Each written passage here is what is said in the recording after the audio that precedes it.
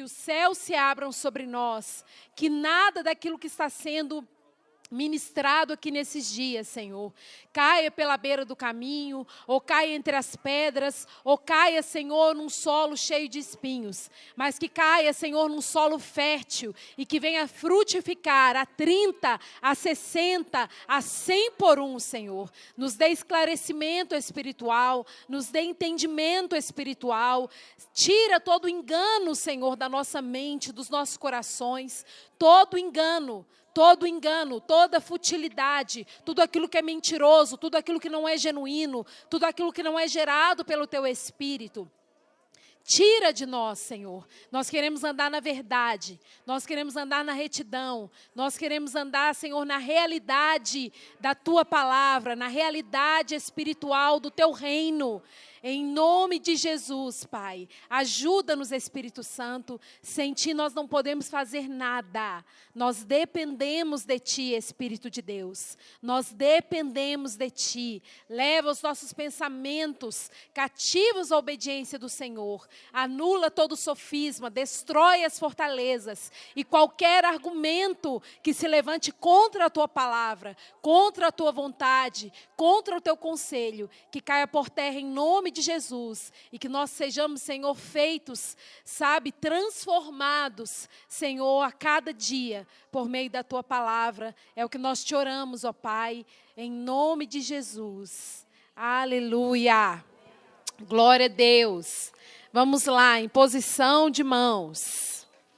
Vamos falar sobre isso. Eu acho maravilhoso que a imposição das mãos seja uma das doutrinas de Cristo. Como é precioso isso, gente. Como é precioso. Nós não vamos recorrer ao Antigo Testamento. Só tem uma referência em Deuteronômio 34, que fala que Josué estava cheio do Espírito, porque Moisés havia colocado as suas mãos sobre ele. Né? Vamos lá nesse texto de Deuteronômio 34.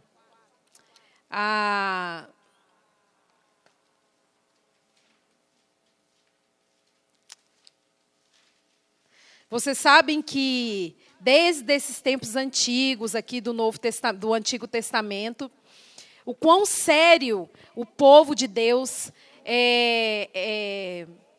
quão significativo era para eles a imposição das mãos, né? Quando eles iam conferir bênção aos seus filhos, então eles chamavam os filhos e eles impunham as mãos sobre os filhos e eles davam ali uma palavra que definiria todo o destino dos filhos, né? E a gente vê isso em várias referências do Antigo Testamento. Eles sabiam o que isso significava, quão importante era a imposição das mãos. Mas a gente não vai ficar apegado a essas referências do Antigo Testamento. Nós vamos recorrer ao Novo Testamento. Eu quero apenas começar citando essa passagem de Deuteronômio 34.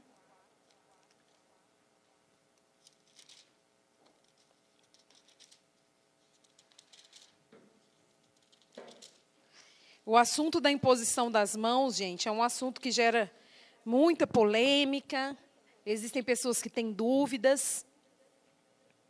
Mas a gente precisa andar nisso e aprender a andar nisso com sabedoria, pela palavra de Deus, movidos pelo Espírito, porque é poderoso. Deuteronômio 34, verso 7, que diz: Moisés tinha 120 anos de idade ao morrer.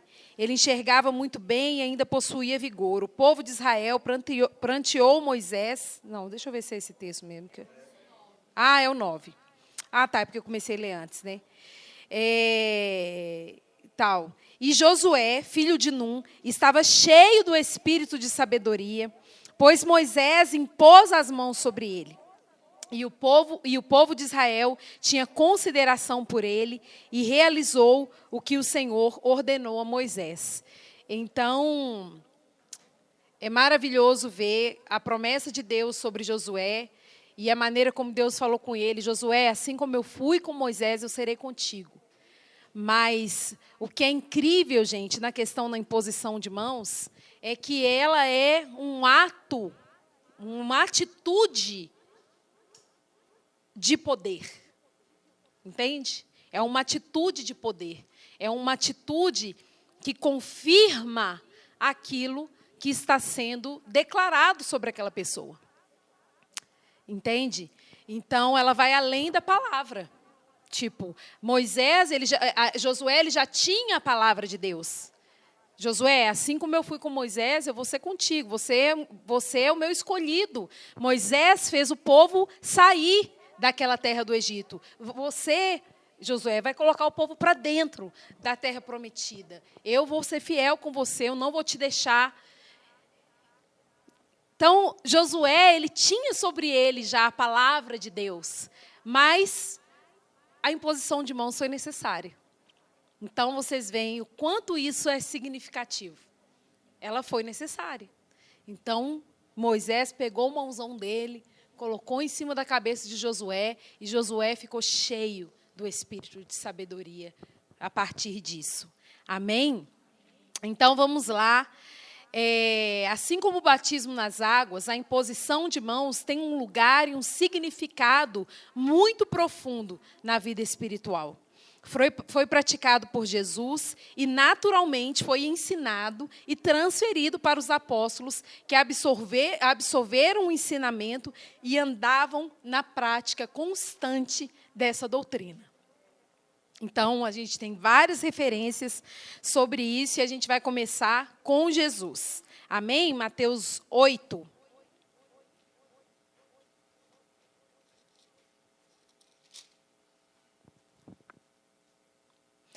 A gente tem várias referências nos evangelhos, né, de que Jesus fazia uso constante da imposição de mãos. E ele, gente, era Jesus.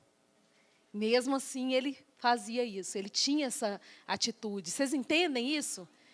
Ele tinha o poder de só falar e a coisa acontecer. E teve coisas que ele realmente só falou.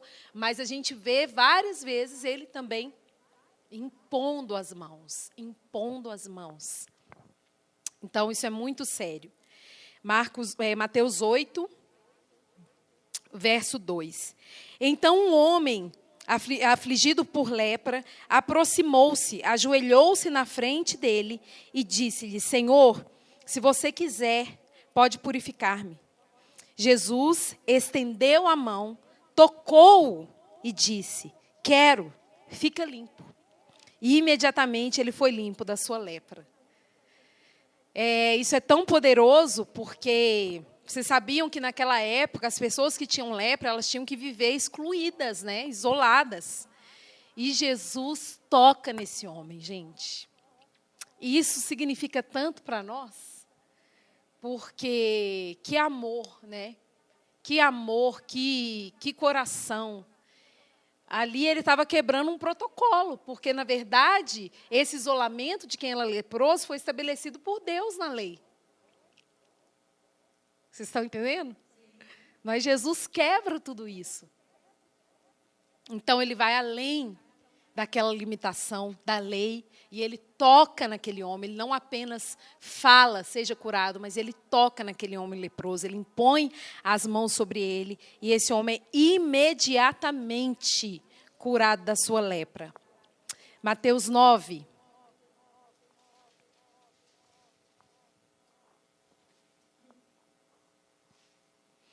Quando ele entrou, verso 28, quando ele entrou em uma casa, os cegos se aproximaram e Jesus lhes disse: vocês acreditam, vocês creem que eu tenha poder para fazer isso?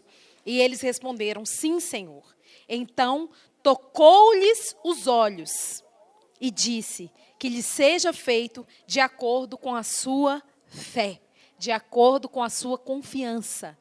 Isso, gente, dá para nós um princípio que nós já falamos aqui hoje, que é o princípio da fé, não é? Vocês veem que quando esses cegos vêm atrás de Jesus, Jesus ativou ativou, ele se certificou de que eles criam que Jesus tinha poder para fazer aquilo. Então, você tem que entender que antes da imposição de mãos, vem a fé. Quem impõe as mãos por fé. E quem recebe a imposição de mãos só vai receber se ela tiver fé. Tá bom? Não, é uma via de mão dupla. Não adianta a pessoa impor a mão se a pessoa que está recebendo a imposição de mãos não crer que ela pode ser tocada por Deus, que ela pode ser curada, que ela pode receber o Espírito Santo, que ela pode... Tá? Então, daí a gente vê. Porque algumas vezes a gente vê experiências, a gente às vezes já até teve experiências assim, de alguém orar por nós e a gente não ser curado. Ou de você orar por alguém e alguém não ser curado. Ou não ser tocado por Deus, não receber o Espírito Santo. Porque sem fé não funciona. Tá? Sem fé, a imposição de mãos não funciona.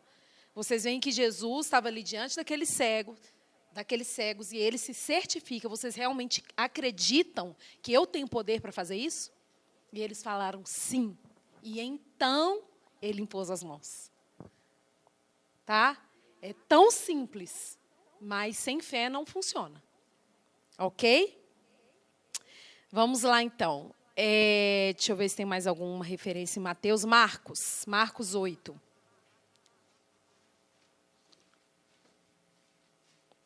A gente tem muitas referências de Jesus, mas eu selecionei só algumas. A partir do verso 22. Eles chegaram a Betsaida e algumas pessoas lhe trouxeram um cego e imploraram que Jesus tocasse nele. Tomando o cego pela mão, levou-o para fora da cidade. Eu amo isso. Saber que Jesus pegou esse cego pela mão e levou ele para fora da cidade. Ai, gente, é muito bonito. Ó. Levaram o cego para Jesus. Jesus pegou na mão do cego, levou ele até fora da cidade. E aí, Jesus cuspiu nos seus olhos, pôs as mãos sobre o homem e lhe perguntou: você vê algo?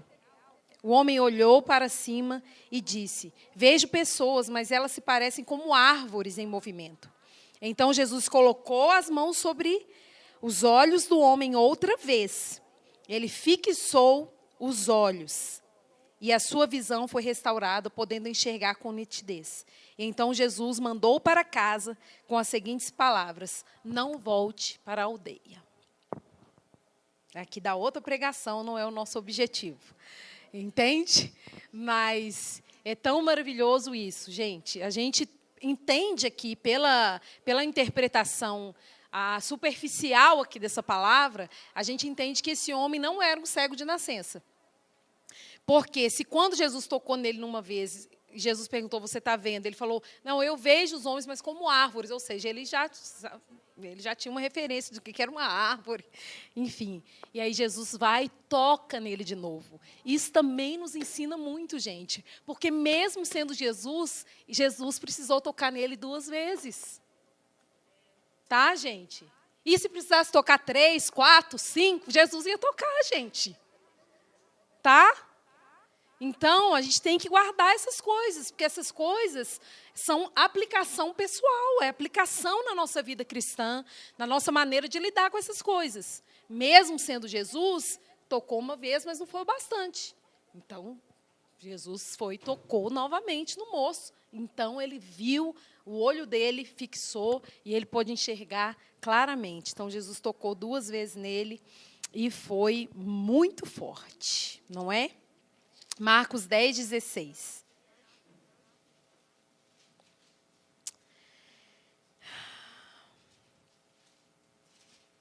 Vou ler a partir do 13. Algumas pessoas trouxeram crianças a Jesus para que ele tocasse nelas. Então, a essa altura, gente, ali no ministério de Jesus, as pessoas já sabiam. As pessoas já sabiam que o negócio acontecia quando ele tocava, entende? As pessoas já sabiam disso. E é interessante que em Marcos 5, né, naquela mulher do fluxo de sangue, a palavra fala que ela dizia com ela mesma, ela dizia para ela mesma, não, se eu apenas tocar na orla das vestes dele, eu vou ser curada. Então, a essa altura no ministério de Jesus, a questão do toque já era tão forte que as pessoas ficavam ali querendo, né? Então, eles trouxeram crianças para Jesus para que ele tocasse nelas. Mas os discípulos as repreendiam. Quando Jesus viu isso, ficou indignado. E lhes disse, deixem que as crianças venham a mim, não as impeçam. Porque o reino de Deus pertence aos que são semelhantes a elas. Sim, eu lhes digo, quem não receber o reino de Deus como uma criança, nunca entrará nele. E ele as tomou nos braços, impôs as mãos sobre elas e as abençoou. Amém? Olha que forte. E existem, gente, muitas professoras, né? Muitas professoras cristãs, mulheres de Deus, que usam a prática da imposição de mãos nas suas turmas. Tá? Os menininhos estão ali entrando para a escola, elas estão, ei, fulaninho, ei, bonitinho. Olá! E elas estão impondo as mãos nas crianças pela fé, sabe? E transferindo bênçãos, abençoando. E isso é maravilhoso. Então, Jesus fez isso como se ele não apenas deixasse as crianças virem, ele pegou elas, ele impôs as mãos sobre elas, ele abençoou elas. Então, nós também podemos fazer isso, gente. Jesus deu o exemplo, ele ensinou a gente isso, a gente também pode fazer isso. Deixar as crianças virem, abraçar elas, impor as mãos sobre elas, para que elas sejam abençoadas. Amém? Lucas 4.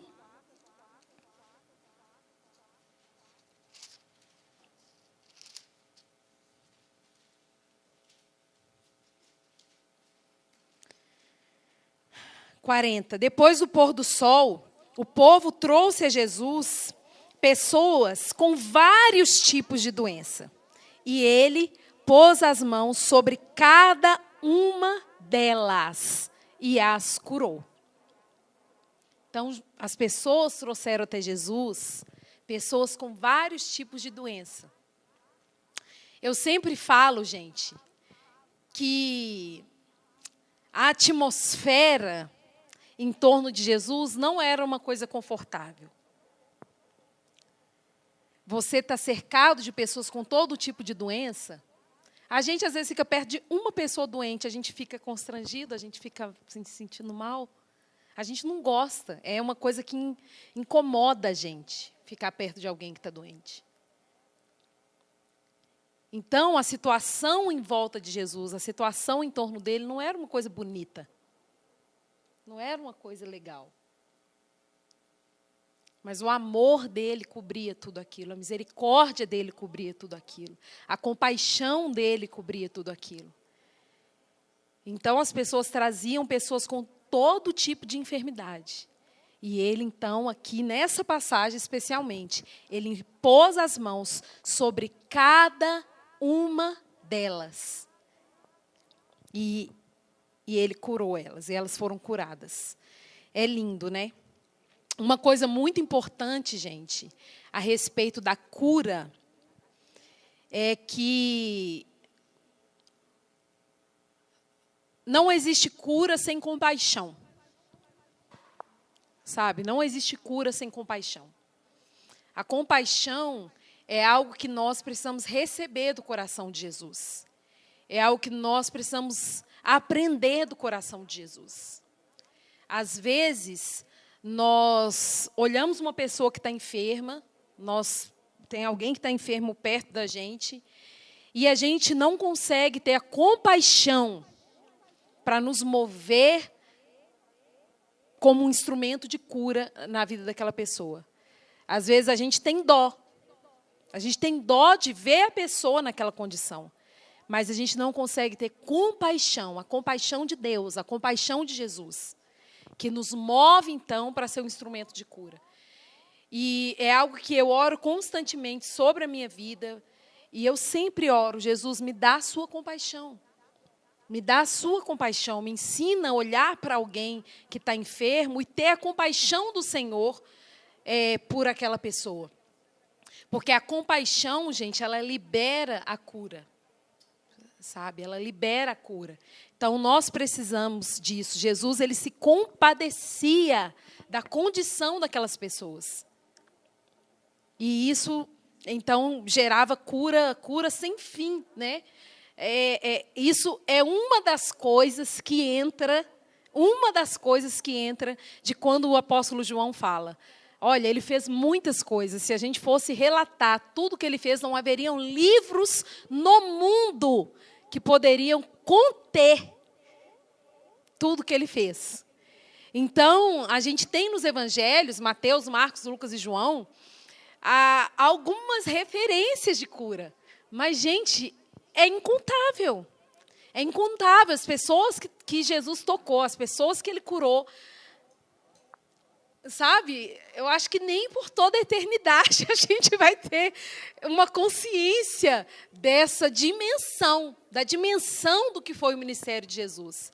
E a gente sabe que o apóstolo Pedro, ali no Atos, que nós lemos hoje cedo, falou, ele era poderoso em obras e palavras, né? Ele era ungido por Deus e ele saiu por toda a terra fazendo bem e operando-se, andando com poder. Uma coisa que eu não falei mais cedo e que eu queria só ressaltar aqui é que uma das razões, gente, abrindo um parênteses aqui, do batismo com o Espírito Santo, é porque o batismo com o Espírito Santo, ele nos dá poder. Poder. E nós precisamos, gente, querer, desejar crescer no poder de Deus. Sabe? Quando os escribas vêm questionar Jesus a respeito de uma situação sobre a ressurreição, Jesus fala, olha, vocês estão enganados porque vocês não conhecem as Escrituras e nem o poder de Deus. E nem o poder de Deus. No Salmo 105, o salmista fala, buscai ao Senhor perpetuamente, buscai ao Senhor e o seu poder. E o seu poder. Poder para quê? Poder para andar no Espírito, poder para se mover pelo Espírito, poder para fluir nos dons espirituais, poder para curar, poder para proclamar o Evangelho com autoridade espiritual. Então, nós precisamos desejar isso, querer, conhecer o poder de Deus e andar no poder de Deus. Amém? Então, Jesus andava nesse poder. A gente sabe que, movido pelo Espírito, ele foi ao deserto. E ele ficou ali 40 dias, não comeu nem bebeu. E quando ele saiu dali, ele saiu no poder do Espírito. No poder do Espírito. E é isso que marcou a vida e o ministério dele nos 3 anos e meio, enquanto ele estava, enfim, servindo ao Pai e fazendo tudo o que ele fez. Amém? Vamos lá, então, Atos 6.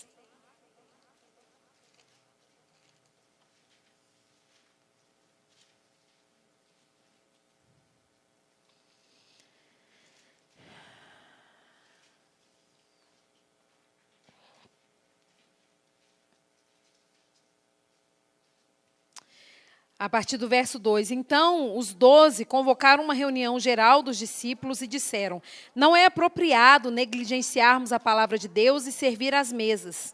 Irmãos, escolham dentre vocês 7 homens, reconhecidamente cheios do Espírito e de sabedoria.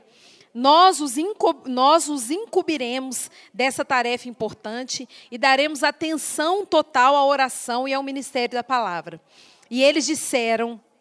E o que eles disseram agradou a todos, todo o ajuntamento. Eles escolheram Estevão, homem cheio de fé e do Espírito Santo, Filipe, Prócoro, Nicanor, Timon, Pármenas e Nicolau, um prosélito de Antioquia. Apresentaram esses homens aos emissários e oraram e impuseram as mãos sobre eles. E assim, a palavra de Deus continuou sendo espalhada, o número de discípulos crescia rapidamente em Jerusalém. E também um grande número. Então, o que eu quero falar com vocês? Que uma das coisas que a gente vê a respeito da imposição de mãos, primeiro eu quero ressaltar o zelo dos apóstolos ao escolher as pessoas que serviriam às mesas. Porque a reclamação ali, como cresceu muito grande, como cresceu muito rápido, foram acrescentadas muitas pessoas rapidamente à igreja. O que acontece? Vocês sabem que eles tinham tudo em comum, que eles vendiam suas propriedades, entregavam o dinheiro deles aos pés dos apóstolos. Então, havia ali uma comunidade de cristãos. E era muita gente. Então, chegou uma reclamação para eles de que algumas pessoas estavam sendo esquecidas na distribuição diária do alimento, da vida deles ali comum. Então, quando eles falam, olha, não é apropriado que nós, ficamos envolvidos com esse tipo de trabalho e que a gente negligencie a palavra e a oração. Então, vamos escolher 7 homens cheios do espírito de sabedoria e eles vão se dedicar a essa tarefa. Então, gente, não existe, sabe? Infelizmente, hoje,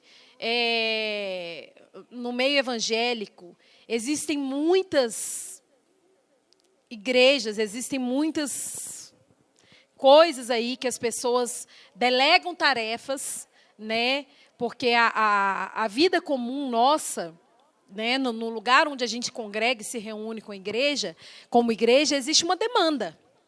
Existe uma demanda braçal. Nós precisamos de mão de obra, de pessoas que limpem, de pessoas que abram a porta, de pessoas que façam as coisas. Então, não existe comunidade sem trabalho. Não existe a gente se congregar como igreja sem alguém que limpe, sem alguém que abra a porta, sem alguém que chega antes, sem alguém que faça as coisas. Mas você vê o zelo deles, dos apóstolos, ao selecionar esses 7 homens. O critério, gente, era que eles fossem cheios do espírito de sabedoria. O que acontece hoje é que muita gente está aí fazendo coisas, mas não tem sabedoria, não tem o espírito, e isso é muito triste.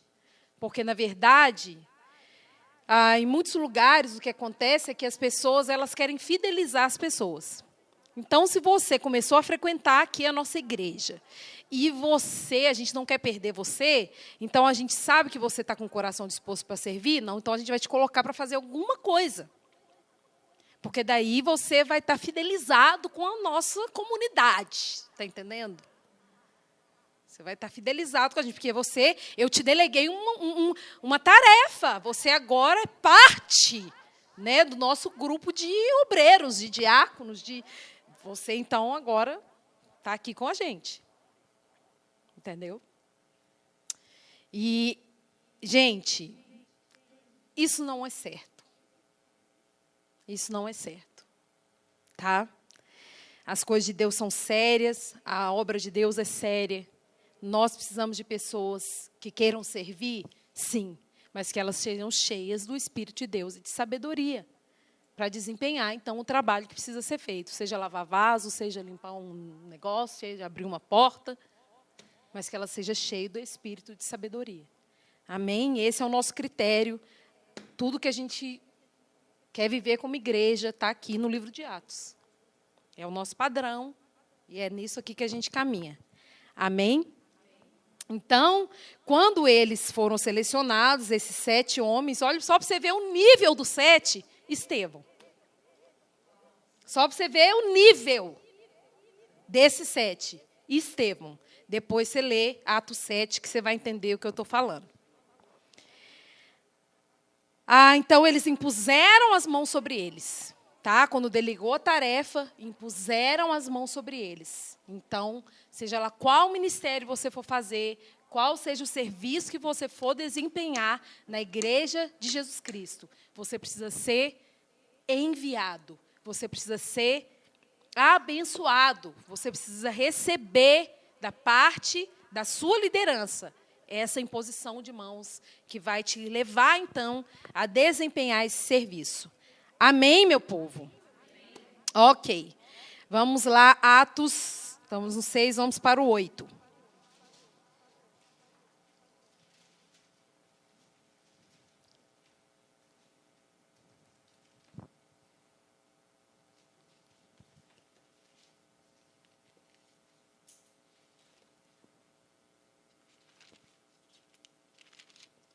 Tá claro, gente?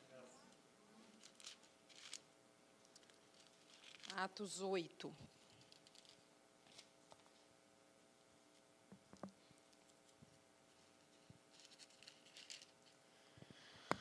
Verso 14, que diz assim: Ora, quando os apóstolos que estavam em Jerusalém ouviram que Samaria tinha recebido a palavra de Deus, eles enviaram para lá Pedro e João, os quais, tendo descido, oraram por eles para que eles pudessem receber o Espírito Santo, porque ainda não havia descido sobre nenhum deles, mas somente eram batizados em nome do Senhor Jesus.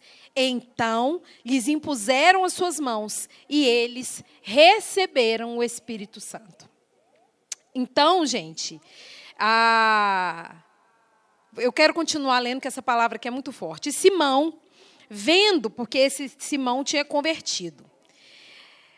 Depois você pode ler o capítulo todo. E Simão, vendo que pela imposição das mãos dos apóstolos era dado o Espírito Santo, ofereceu-lhes dinheiro, dizendo: dá-me também esse poder, para que aquele sobre quem eu puser as mãos possa receber o Espírito Santo. Mas Pedro disse: o teu dinheiro pereça contigo, porque pensaste que o dom de Deus se compra com dinheiro? Tu não tens parte nesse ministério, porque o teu coração não é reto aos olhos de Deus. Então, gente, esse Simão aqui, ele tinha se convertido ao Senhor e ele era envolvido com coisas erradas, obscuras, coisas. E daí o que acontece? Quando, os discípulos chegaram lá,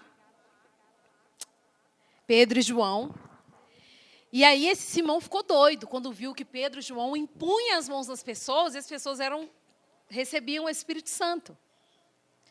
E esse Simão falou: não, me dá esse... Como é que eu compro isso aí? Como é que eu compro esse negócio aí? Gente, a autoridade espiritual é algo que é delegado por Deus. A autoridade espiritual não tem a ver com título, a autoridade espiritual não tem a ver com o tempo que você é cristão, a autoridade espiritual, gente, não tem a ver com o serviço que você faz na igreja. A autoridade espiritual é algo que você recebe da parte de Deus. Não há nada que você possa fazer concernente a essa vida natural que vai comprar autoridade espiritual, não é? E Simão, com o coração corrompido, a gente espera, a gente não sabe o fim da história, mas ele fala, orai vós então por mim, para que nenhuma dessas coisas que você disse venha sobre mim. Então a gente espera que ele tenha se arrependido depois dessa exortação de Pedro, mas com o coração corrompido que ele tinha, ele achava que ele podia comprar aquele poder, que ele podia comprar aquela autoridade espiritual. E Pedro repreende ele duramente: olha, você está com o coração completamente errado, você não tem parte nisso. E então, pela imposição de mãos, as pessoas são curadas. Pela imposição de mãos, as pessoas são ordenadas ao ministério. Pela imposição de mãos, as pessoas recebem o Espírito Santo. Não que seja só pela imposição de mãos, mas também pela imposição das mãos. Amém, gente? E a imposição das mãos também confere bênçãos. Confere bênçãos. Isso vem desde lá dos primórdios dos nossos irmãos. Atos 9. Só virar aí um pouquinho.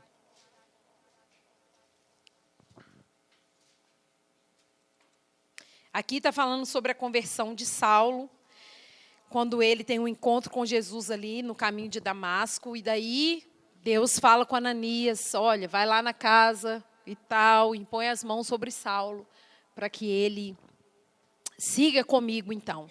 Vocês sabem essa história, bem conhecida, linda, maravilhosa.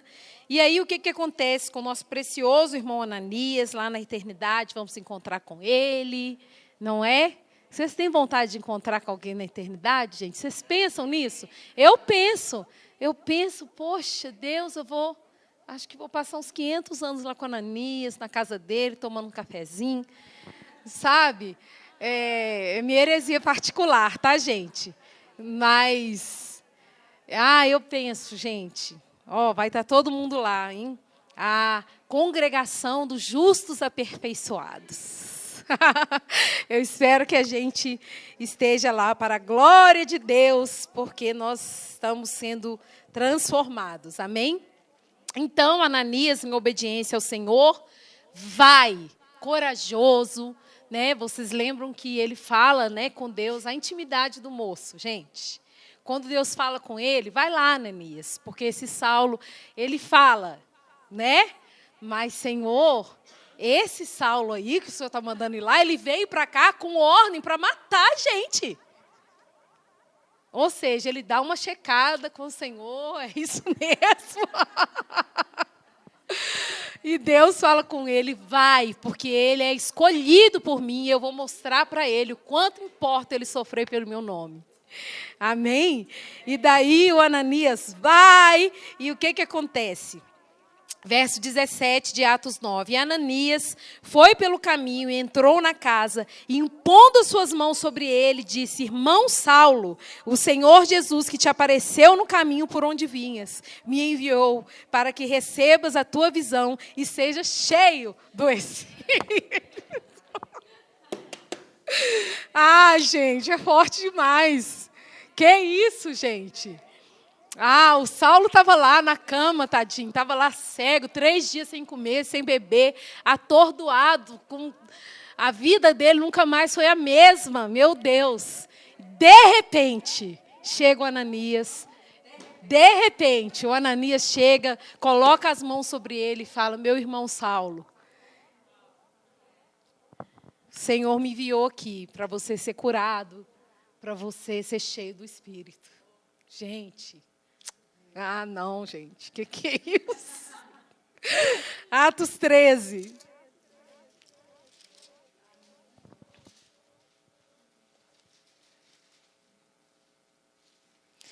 Verso 1. Ora, havia na igreja que estava em Antioquia alguns profetas e mestres, Barnabé, Simeão, chamado Níger, e Lúcio de Cirene, Manaém, irmão de leite de Herodes, o tetrarca, e Saulo. E, ministrando eles ao Senhor e jejuando, disse o Espírito Santo: separa para mim Barnabé e Saulo, para a obra para a qual eu os tenho chamado. Então, eles, jejuando e orando, colocaram suas mãos sobre eles e os despediram. Amém? Colocaram suas mãos sobre eles e os despediram. Bem, esse é um princípio, né, que nós praticamos muito no nosso ministério. O Dan, ele sempre fala, a nossa equipe, a gente nunca vai nos lugares, a gente é enviado. Nós somos enviados, entende? Então, todas as vezes, antes da gente fazer uma viagem, antes da gente ir cumprir uma missão, alguém ora por nós com imposição de mãos e nos envia, tá?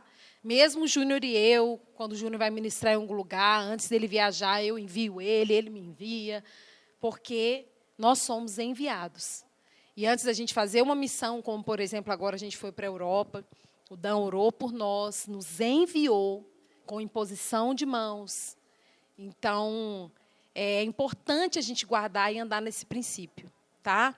Eu não quero trazer aqui nenhum excesso, tá, gente? Não é para você ir ali na padaria e falar: o Juarez, ora para mim, me envia, porque eu estou indo ali na padaria, então me ajuda, ora para mim aqui agora. Tá, gente? Por favor, cuidado com os excessos. Aqui nós estamos falando de uma missão que foi ordenada por Deus. O que Deus falou? Eles estavam lá adorando, jejuando e orando. Então, disse o Espírito Santo: separa para mim, né, Paulo e Barnabé, porque eles vão ser enviados. Então, quando você tiver uma missão, quando Deus te delegar uma tarefa, que você tiver algo que Deus te ordenou fazer, então não faça isso sem receber da sua liderança a imposição de mãos para que você seja enviado. Porque é um perigo, tá? Você fazer as coisas sozinho. Você não vai ver isso na Bíblia. Você não vai ver isso no nosso padrão. Você não vai ter nenhuma referência de alguém que foi bem-sucedido, que foi cumprir uma missão sem ser enviado. Tá? Então, isso é um princípio. Isso é um princípio. Vocês veem que mesmo que Deus tinha falado, foi necessário que eles impusessem as mãos sobre eles, então enviasse eles para cumprir essa missão. Então, isso é muito sério, é muito sério. A gente não pode esquecer isso. Atos 28.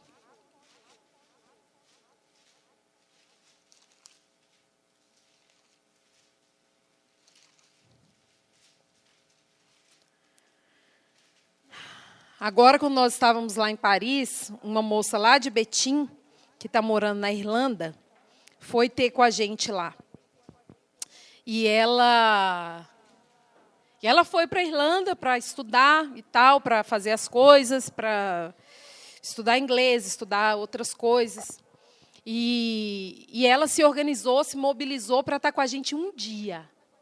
Um dia, ela só tinha um dia. E a gente também, só tinha um dia para estar com ela. E ela passou o dia conosco.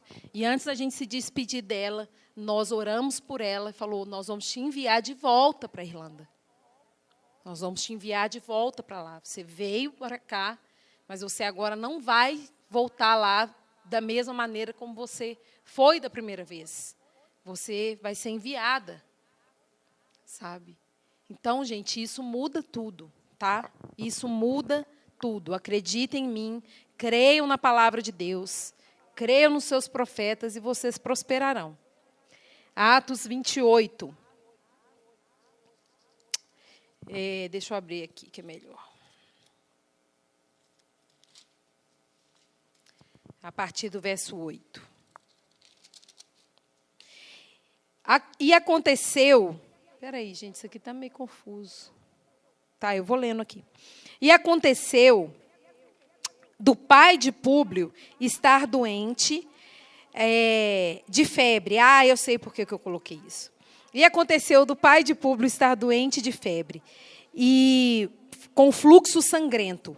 E então Paulo, ao vê-lo, depois de orar, pôs as suas mãos sobre ele e o curou. E então, sendo feito isso, também outros enfermos da ilha vieram e foram curados, os quais também nos honraram com muitas atenções, e quando estávamos para partir, nos proveram das coisas que eram necessárias. O que é interessante? Vocês sabem também que quando Jesus foi na casa de Pedro, né? Lá quando Jesus começou a andar com Pedro, Tiago, vocês lembram que teve uma passagem, logo ali no início, que Jesus foi na casa de Pedro, e a sogra de Pedro estava com febre, não é? E Jesus ora por ela e ela é curada. Aqui aconteceu também a mesma coisa. O pai do Públio estava com febre, com fluxo sangrento. Eu não sei como fala aí a versão de vocês. Olha para você ver, disenteria. Aqui é fluxo sangrento, ou seja, pela minha versão aqui era uma coisa mais séria, né? Vamos dizer assim. Essa é a King James, tá, gente? A King James, se vocês não sabem, é a Bíblia, é a primeira versão da Bíblia que foi traduzida do original para o inglês, tá? E então eu tenho ela aqui, é claro, na versão em português, tá, gente? Eu não estou fazendo tradução simultânea. Um dia eu chego lá. Mas a King James, ela tem uma versão mais rústica, tá? Por isso que às vezes eu me embaraço aqui, porque a gente perde esse tipo de vocabulário, né? E então, o que eu quero falar com vocês com isso, gente? Eu tenho centenas de experiência comigo mesma, de quando eu sinto algum mal, dor de cabeça, sei lá, ou qualquer outro mal, que pareça um malzinho, assim, nada demais. Mas eu não aceito isso.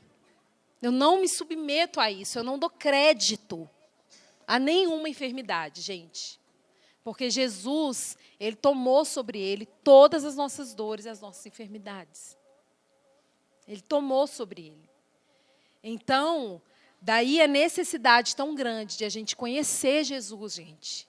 Conhecer Jesus, conhecer o poder dEle, andar pela fé. Tá? Nós estamos sujeitos a todo tipo de enfermidade? Sim, estamos sujeitos a qualquer tipo de mal, gente. A gente está vivo nesse mundo. A gente está sujeito a qualquer coisa horrível pode acontecer conosco. Mas, pela fé, nós não precisamos dar crédito a nenhuma enfermidade. Seja uma disenteria, seja uma coisa mais séria, seja uma febre, seja uma dor de cabeça. Você não tem que dar crédito para isso. Sabe? E às vezes a gente está tão carnal que a gente lidar com essas coisas de uma maneira carnal. A gente toma um remédio, né? E você sabe que teve um rei de Israel, que foi um cara que até um momento da vida dele, ele andou muito bem com Deus. Fez aquilo que agradava ao Senhor, destruiu a idolatria. Mas no final da vida dele, a palavra fala que ele ficou enfermo. E ele morreu, porque ele confiou no medicamento e não recorreu ao Senhor. Então, gente, eu vou falar com vocês. Eu nunca tomo medicamento antes de ter orado. E mesmo quando eu ainda tomo, eu não confio no medicamento, eu confio no Senhor. Se eu tiver com uma dor de cabeça persistente, e eu já orei, e aquela dor de cabeça não foi embora, eu espero um pouco. Primeiro eu oro. Então, eu espero um pouco. Se a dor de cabeça não passar, eu vou tomar um remédio? Eu vou tomar, mas eu vou orar pelo remédio. Eu vou falar, Senhor, eu te apresento esse medicamento em nome de Jesus. Me cura. Eu não confio, gente. Eu não tomo um remédio, Doris, mas a medicina, você não acha que Deus deu ao homem inteligência, conversa mole. É claro, gente, que Deus deu ao homem inteligência, a medicina evolui, a gente sabe disso. Mas o seu coração não pode estar posto nisso, tá? Você não pode substituir Deus por essas coisas. Existe o recurso, existe tecnologia, existe evolução científica? Óbvio, existe. Eu não sou idiota de falar com vocês que eu não dou crédito. Eu confio, eu sei que existe. É Deus que trouxe tudo isso para nós, para o nosso tempo. E isso não vai parar de evoluir. Mas eu não substituo Deus, gente. Então, mesmo quando eu tomo um remédio, eu confio em Deus. Sabe? Agora, eu não vou tomar remédio sem orar. Não vou, eu sempre oro. Várias vezes que eu já tive dor de cabeça, e várias vezes, gente, dor de cabeça vai embora em nome de Jesus. E instantaneamente eu já fui curada várias vezes. Sabe? Então, eu não dou crédito para a enfermidade, gente. Eu sou fraca, eu tenho esse corpo velho aqui, e eu estou sujeita a qualquer tipo de enfermidade. Mas eu nunca vou dar crédito para a enfermidade. Tá? Mas que seja feita a vontade do Senhor. Ele é soberano sobre todas as coisas e eu confio nele. Amém? Eu confio nele. Então, nós precisamos aprender a andar por fé. Se alguém estiver enfermo do seu lado, você tem um remedinho de dor de cabeça? Eu tenho, mas eu posso orar por você antes? Vocês vão ver o quanta experiência vocês vão ter com Deus. Quanta experiência. Teve um dia desse que a gente estava saindo no final de uma vigília e uma moça virou para mim e falou, Doris, você não tem aí um remedinho aí na sua bolsa? Estou com uma dor de cabeça horrível. Eu falei assim, olha, eu não tenho, mas eu posso orar por você. Aí ela assustou, porque as pessoas não estão acostumadas com isso, gente. As pessoas, eu digo crente. Não estou falando de alguém que está aí fora de Deus, não. Eu estou falando aqui, tá? As pessoas não estão acostumadas com isso. Gente, a palavra de Deus é poder. Tudo que Jesus viveu, tudo que os apóstolos viveram, a gente pode viver. É real, é para nós. É para nós, gente. É para nós precisamos andar no poder do Espírito, nós precisamos confiar no ministério dos anjos, saber que os anjos do Senhor são espíritos ministradores, enviados a serviço daqueles que hão de herdar a salvação. Gente, por que no Novo Testamento, aqui no livro de Atos, anjo aparecia, anjo falava, anjo vinha, manifestava? E por que hoje a gente não vive essas coisas?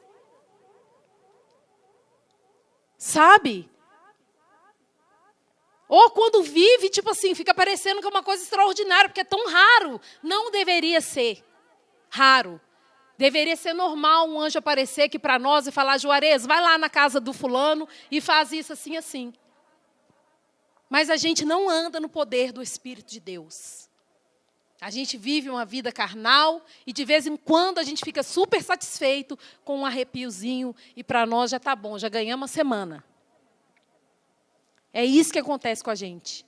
Então, quando a gente tem uma dor de cabeça, tem uma dor aqui, tem uma dor ali, a gente toma logo um remédio. Porque, na verdade, a gente não conhece a Jesus. Então, a gente não tem fé para impor as mãos na gente mesmo e falar: vai embora, enfermidade. Em nome de Jesus, aqui não é o seu lugar, o meu corpo não é sua habitação. Sai daqui. Entende? Então, a gente não ora nem para a gente, quanto mais vai orar para o nosso vizinho. Então, aquele que crer no seu coração e não duvidar, crer no seu coração e não duvidar. E é isso que vai acontecer. Uma vez a gente estava numa conferência, o Júnior estava com dor de cabeça. Daí, esse dia foi tão forte, gente, que o Júnior virou para mim e falou: Doris, vê se lá eles têm alguma enfermaria, alguma coisa, que alguém, algum obreiro, algum diácono que tem um remédio. Eu estou com muita dor de cabeça. Aí eu falei: tá bom. Saí. Quando eu saí, eu falei: o quê? Eu vou voltar agora e vou orar pelo Júnior. Quando eu voltei, eu falei assim: Júnior, eu vou orar por você. Ele falou: não precisa não, o André aqui já orou. Minha dor de cabeça foi embora. Foi mais rápido que eu, gente. Foi mais rápido que eu. Ai, que raiva. Ai, gente, em nome de Jesus, vamos andar nisso, gente? Vamos andar nisso em nome de Jesus? Nós vamos ganhar pessoas para Jesus fazendo isso. Pessoas vão ser impactadas na sua escola, Ninha. Na sua escola. Se algum amiguinho seu falar: nossa, eu estou com uma dor de cabeça hoje, você fala com ele: amigo, eu vou orar por você em nome de Jesus. No nosso local de trabalho, dentro do ônibus, na fila do banco. Gente, vamos andar no poder do Espírito de Deus. A palavra de Deus é poder. Nós somos pessoas espirituais. Nós precisamos andar nisso. Amém? Fala com a pessoa: eu vou impor as minhas mãos sobre você, porque Jesus, antes de curar alguém, ele sempre impunha as mãos. Então, com licença, eu vou colocar minha mão em você, eu vou orar por você e você vai ser curado. Você crê que Jesus pode te curar? A pessoa vai falar: creio.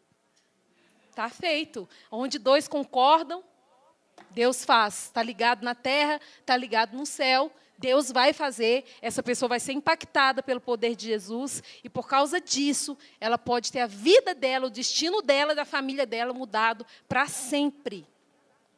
Para sempre. Amém? Então, vamos lá, vamos prosseguir, que eu tenho mais um tempinho aqui. Timóteo.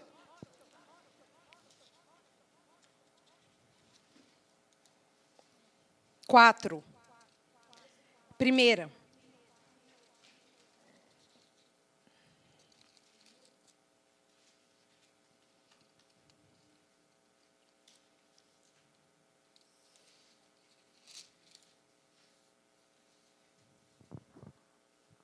A fé, gente, não é uma emoção. A fé não é uma emoção, a fé é uma certeza. É uma certeza.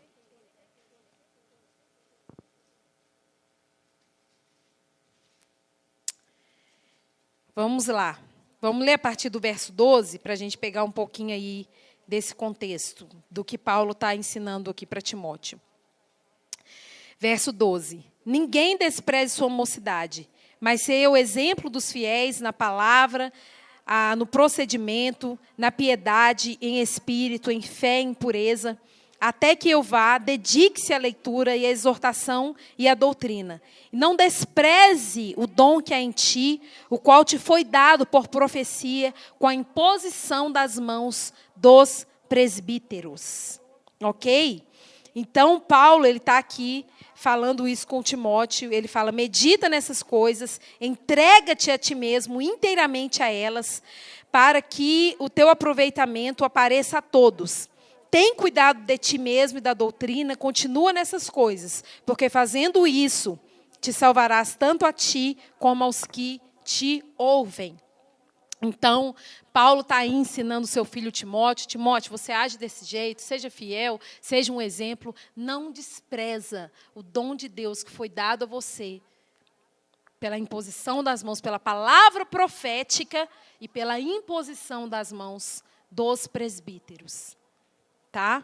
Então, nós caminhamos nesse princípio. Vocês sabem que quando a gente ordena alguém ao ministério, vocês sabem aqui que Timóteo não tinha um título. A gente não vê que Timóteo era um bispo, que Timóteo era um pastor, ou que ele era um mestre. A gente sabe que ele era um discípulo, um homem fiel, que tinha um testemunho maravilhoso e que estava cumprindo o seu trabalho, evangelizando. E Paulo chama ele de evangelista, né? Cumpre o seu ministério de evangelista. Mas ele era muito mais do que isso, porque ele cumpria as missões que Paulo dava para ele. Ele ia, vinha, fazia. Então, gente, nós caminhamos nesse princípio da ordenação ao ministério. Então, sempre que a gente ordena alguém ao ministério, não significa que essa pessoa tem um título. Às vezes, o ministério dessa pessoa é completamente já definido. A gente sabe que ele é um mestre, a gente sabe que ele é um profeta, a gente sabe que ele é um pastor, mas, às vezes, não é. Então, os presbíteros, eles reconheceram quem era Timóteo. Eles reconheceram o dom de Deus sobre ele. Eles reconheceram o chamado de Deus sobre ele. Eles impuseram as mãos sobre Timóteo e ordenaram ele para ele cumprir o ministério dele diante de Deus. Amém? Então, isso é uma das coisas que a gente caminha. Vocês que estão mais perto de nós já viram, sabem como isso funciona. Vamos lá. Continuando aqui, no 1 Timóteo 5. Paulo está aí, né, enfim, continua falando com Timóteo, e ele fala a partir do verso 22 de capítulo 5. Conjuro-te diante de Deus e do Senhor Jesus Cristo e dos anjos eleitos, que observe essas coisas, sem preferir um antes do outro, nada fazendo por parcialidade. A ninguém imponhas repentinamente ou precipitadamente as mãos, nem participes dos pecados alheios. Conserva-te a ti mesmo puro. Gente, essa menção de não impor as mãos precipitadamente é única. É única. Não, você não vai achar uma outra referência que fala sobre isso. Mas é tão forte, gente, existem vários princípios na Bíblia que você não vai ver eles repetidos, entende? Por exemplo, a questão do novo nascimento, só João fala. Entende? Nos 4 evangelhos, só João menciona. Mas não significa que porque foi mencionado só uma vez, que tem menos importância. É muito importante. O apóstolo Paulo fala com Timóteo, a ninguém você impõe as mãos precipitadamente. Ou seja, não ore por pessoas que não têm fé para ser curadas. Não delegue autoridade sobre alguém que não é cheio do Espírito e de sabedoria. Não envia ninguém se Deus não te der uma palavra para isso. E Paulo estava falando, não imponha a mão precipitadamente, Timóteo. Cuidado, não seja participante do pecado dos outros. Conserva-te a ti mesmo puro. Então, está tudo no pacote, gente. Então, essa questão da imposição das mãos, ela é bem séria, vocês sabem disso. A gente tem que ter cuidado com as pessoas que oram por nós. E a gente tem que ter cuidado para a gente também não orar por ninguém precipitadamente, para a gente não ser tolo. Nós precisamos ser guiados pelo Espírito. Nós precisamos ser movidos pelo Espírito. Nós precisamos andar por princípio antes de impor as mãos sobre alguém. E antes de receber imposição de mãos. É uma outra coisa muito frequente que está acontecendo nos nossos dias.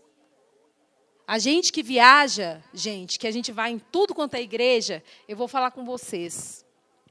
O que a gente vê de tolice, de meninice, de coisa inútil acontecendo durante os cultos, não é brincadeira. Não é brincadeira. Recentemente nós fomos numa igreja ministrar e estava maravilhoso, enfim, foi muito... O culto estava tudo bem. Até que esse pastor veio e daí ele começou, pessoal, vamos aproveitar essa unção que está aqui e vamos lá impor as mãos uns nos outros e tudo. E aí você começa a ver umas coisas que não fazem nenhum sentido, gente. Nenhum sentido. Um orando pelo outro, uma abraçação, uma pegação, umas coisas que não têm valor espiritual. Não tem valor espiritual. Fica tudo no nível da emoção, uma bagunçada, que ninguém ali está recebendo nada de Deus, é tudo no nível da alma. Imposição de mãos é coisa séria. Imposição de mãos é coisa séria.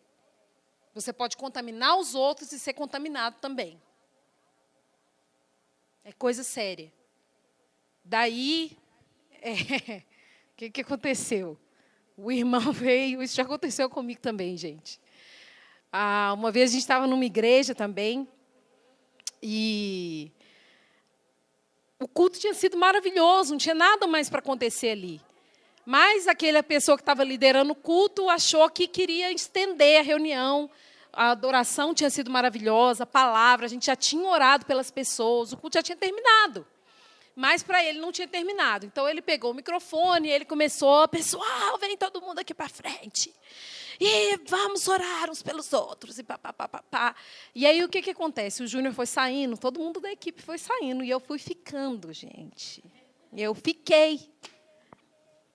Que eu sou meio sistemática com essas coisas. Aí eu fiquei. De repente, estava ali naquela frente, todo mundo pondo a mão no outro, uma coisada. Enfim, eu estava lá com o meu olhão aberto. Vem um menino para o meu lado. Vem cá, Juarez. Vem pôr a mão na minha cabeça. Eu segurei ele aqui no ato. Eu falei, não vai orar por mim, não. Aí ele começou a tremer. Aí ele falou, então ora você por mim. Eu falei, não. Aí eu saí. Naquela hora eu saí. Saí, esperei o culto terminar. Fiquei lá na porta esperando o menino. Quando o bichinho saiu, eu chamei ele num canto. Falei, como é que é seu nome? Aí ele, fulano. Eu falei, você sabe por que eu não deixei você orar por mim? Ele, não, porque você estava na carne. Porque você não tem autoridade espiritual. Você não tinha nada para me dar. E eu também não orei por você, porque naquela altura eu também já estava na carne. Eu também não tinha nada para te dar. Eu não estava acreditando em nada que estava acontecendo ali. E eu fui, dei uma aula para aquele menino sobre imposição de mãos. Eu sei que aquele menino nunca mais foi o mesmo. Eu dediquei tempo de ensinar ele. Eu peguei ele no canto da igreja e eu fiquei com ele até ter certeza de que ele tinha entendido por que eu não deixei ele impor as mãos sobre mim. Então, gente, imposição de mãos é coisa séria. Mas quando você perceber pelo Espírito que existe um homem ou uma mulher de Deus diante de você, não seja resistente. Quando você reconhecer que alguém tem algo de Deus para te dar, tem algo de Deus para te transferir, e essa pessoa vier impor as mãos sobre você, abra o seu coração, tenha fé e receba de Deus. Receba de Deus. Esses dias eu estava dando uma conferência, daí ele estava ministrando, chamando o povo faminto, com fome e sede de Deus. E as pessoas começaram voluntariamente a vir à frente para receber a imposição de mãos. E o Dan foi orando. E eu vi uma senhorinha que veio lá de trás. E ela veio assim, tal. E ela chegou perto do Dan. O Dan fez assim com as mãos e voltou. Falou, irmã, não basta você vir na frente. Você tem que ter fé. Eu não vou orar por você.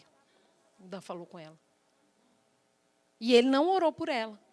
Por quê, gente? A pessoa que é experimentado por Deus, como um irmão precioso nosso, chamado Danduque.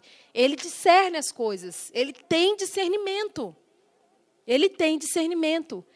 E o Dan, ele sempre fala, a pessoa, gente, quando ela vai impor as mãos, ela sabe quando a pessoa está recebendo e quando a pessoa não está recebendo. Então, não basta só a pessoa impor as mãos sobre você. Você precisa ter fé para receber. Essa fé, gente, não é na sua mente. Essa fé é no seu espírito, é no seu coração. Você recebe pela fé no seu espírito, não é na sua mente. Não é na sua mente. Então, o Dan sempre fala, milhões de pessoas podem orar por você. E nada, a sua vida nunca mudar. Mas você pode receber uma imposição de alguém, imposição de mãos de alguém, e isso mudar a sua vida para sempre. Então, existem coisas que nós recebemos pela imposição das mãos. Não simplesmente, peraí, deixa eu vir aqui orar por você. Não, gente. Sabe, a imposição das mãos é um princípio maravilhoso da doutrina de Cristo e a gente precisa aprender de Deus e caminhar nesse princípio. De que ela confere bênçãos, de que ela é poderosa para curar, para liberar o dom do Espírito Santo, para delegar autoridade, para enviar as pessoas para servir no ministério. Amém? Então, é isso aí. Está finalizada a nossa aula de imposição de mãos. Alguém tem alguma dúvida? Eu sei, gente, que esse assunto de imposição de mãos é assunto para... Cada um aqui podia falar, uma vez aconteceu isso comigo, uma vez assim, alguém orou por mim, mas... Enfim, a gente tem várias experiências. Várias coisas acontecem no tocante à imposição de mãos conosco ao longo da nossa vida cristã. Mas a gente tem que andar na verdade, a gente tem que amar a verdade, sabe? E é a base do nosso texto. Hebreus 5, ali a partir do 11 e seguindo. Aqueles que são experimentados na palavra da justiça sabem discernir tanto o bem quanto o mal. Então, muitas vezes, a gente é confundido, a gente é enganado, e às vezes a gente deixa de receber as coisas de Deus, porque nós não somos experimentados para discernir o bem e o mal. Sabe que existem muitas vezes que a gente sabe até discernir o bem, mas a gente sabe até discernir o mal, mas que coisa horrível você não saber discernir o bem. Porque o bem é a oportunidade de Deus para a sua vida. E se você não souber discernir o bem, você vai perder alguma coisa. Você vai perder alguma coisa. Então, quanto mais experimentados nós formos na palavra, mais a gente vai saber discernir o bem e o mal. Mais a gente vai estar parte daquilo que o Espírito de Deus estiver movendo. Amém, gente? A gente vai saber identificar as coisas, diagnosticar, distinguir, julgar. Falar, opa, isso aí é de Deus, eu estou dentro. Eu quero. E quando não for de Deus, você também vai discernir. Sem se colocar numa posição de superioridade. Entendeu? Quando eu não deixei aquele rapazinho orar por mim, eu não me senti superior a ele em nada. Em nada. Simplesmente eu discerni que aquilo não era de Deus. Entende, gente? Então, o discernimento, ele te abre, né, a porta de esclarecimento, mas não significa que você é superior a ninguém. Agora, é algo que a gente não pode abrir mão, a gente precisa crescer em discernimento para a gente ser movido pelo Espírito, saber a hora de orar pelas pessoas, a gente se mover por princípio, pela fé, acima de tudo. Amém? Deus abençoe vocês. Às 20 horas, a gente volta. O Juarez quer falar um pouquinho. 20, né? 19h30, tá, gente? Não é 20. às 19h30.